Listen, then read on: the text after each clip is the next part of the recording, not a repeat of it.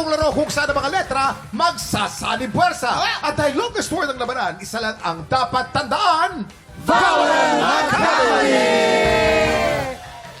Simple lang ang game na to.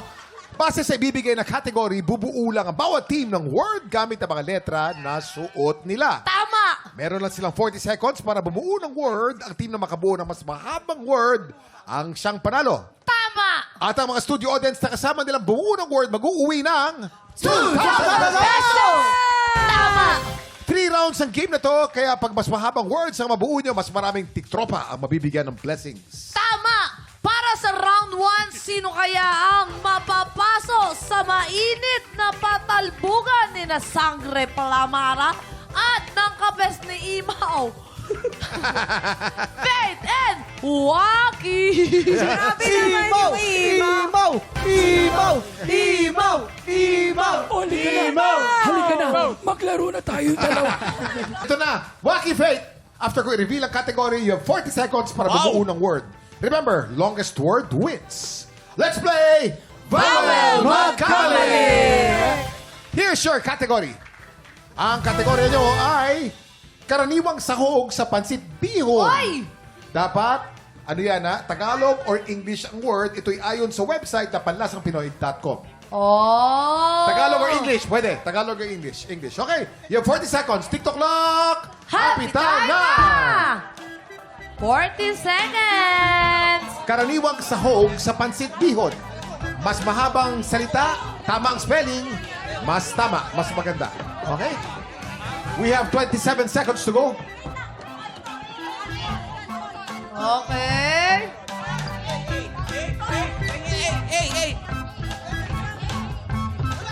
Ano ka ba kasala? Okay! Karaniwang sahog sa pansit Okay. bihon. 10 seconds. Okay na po. 9, Kapit busy! 8, 7, Kapit busy! 6, R, 5, 4, 3, 2, 1. Oh, okay, time's up, time's up. Okay, chichikin naman natin, mga tiktropa, kung tama ang mga salitang nabuo at kung ilang letters ang nagamit. Faith! Anong, time's up ka na. Anong salita? Anong salita yan? Anong Nawala, salita? meron na Okay. kanina. Oo, kanina dito yan. Pero kasi, katon. Ano yung katon? Pansit katon. Pansit katon. Ang Katon, ganda. yung ano, kuya ba Kim, yan? katon, yung Ano yung pampatay katon? sa lamok. Katon. Katol yun. Iba pala yun. Meron kayang salitang katon? Tanungin natin. Herlene, anong Yes! salita naman nabuo dyan? Eto, meron tayong letter C na parang ang sama-sama ng loob ni ate. C. A, S, R, T. Tapos may S pa sa dulo. Tatanungin natin ang bumuo. Ano ang ibig sabihin ng nabuo mo? Carrots! Karot! Kas... Ang carrots kasi. Teka lang, Kuya Kim. Parang hindi naman karot yun. Ba? Parang charot. Oo nga, parang Parang charot yun eh. eme-eme. Katon at saka kasserts eh. O, round 2 tayo. Round 2. Round Wala pong two. nabuong salita sa round 1. Okay, eto naman ang round 2, Kuya Kim. Okay. Parehong pogi, pero sino kaya ang mas magaling sa spelling? Eto na ang ating bisita, si Vincent ang Vincent lupa. Allen! Let's go! Si Allen! Oy, galingan nyo. Ayo. Ito, dalawang to magkamukha Handa na to. ako. Magkamukha to. Handa na. Eto, ako. may hawig. Pwedeng maging magkapatid sa isang teleserye. Isang hulma. Vincent Allen, ito na ang inyong kategorya. Here's your category. Ang kategory nyo ay planeta sa ating solar system. Oy, Dapat English. Ay, nako. buti na lang, di sa akin napunta yun. Mahirap yata yung Tagalog sa planet. Oo. English, okay. You have 40 seconds. TikToClock! Happy time na! M, A, Okay. R. Mas mahaba, mas Letter maganda, R. ha? R. Ayun na! S.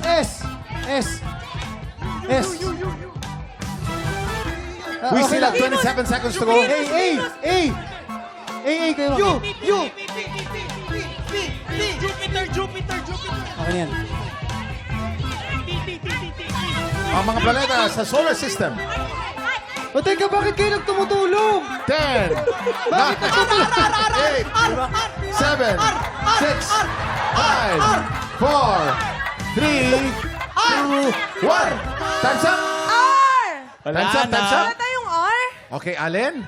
Paliwanag mo naman sa atin ano itong salitang nabuo mo na planeta sa ating solar system. It's Mars. Mars. M-A-R-S. At ito ang paborito nating Mars. Ayan. Si Camille Brats. Okay, Herlene. Sino ka Eto! naman dyan? Dito naman, kay Vince, meron siyang J, Ju? may U, may P, may I, may T, may E, may I, may A. Jupitia! Jupiter! Mahaba yung salitang yan. Pero ang tanong, ang Jupiter ba ay isang planeta? Yes. Ang tamang sagot ay hindi. So kahit maiksi ang Mars, panalo ang team ni Allen with Mars 1 point. Panalo agad ng instant blessing ang mga Tiktropa kasama ni Allen Ansay. Congratulations dahil dyan maghahati-hati kayo. Pero ito na, para sa round 3, parehong pretty. Pero sino kaya ang mas brainy? Vanessa at si Hailey. Ang ganda nito. Para Ayan na. magkapatid dito. Ito magkamukha kasi daw pare silang Lebanese. Kuya. Lebanese, yes. Half Lebanese pareho kami kayong half pareho. Lebanese. Yes. Kaya pala. Ang ulmahan ng mga kilayan. Okay, Vanessa, Hailey, here's your category. Ang category nyo ay bansa sa Southeast Asia. Dapat English. So ito yung mga bansa sa ASEAN, no? ASEAN countries. Association of South. Yan yung mga bansang walang visa kinakailangan. Yes. Okay? Okay. ASEAN.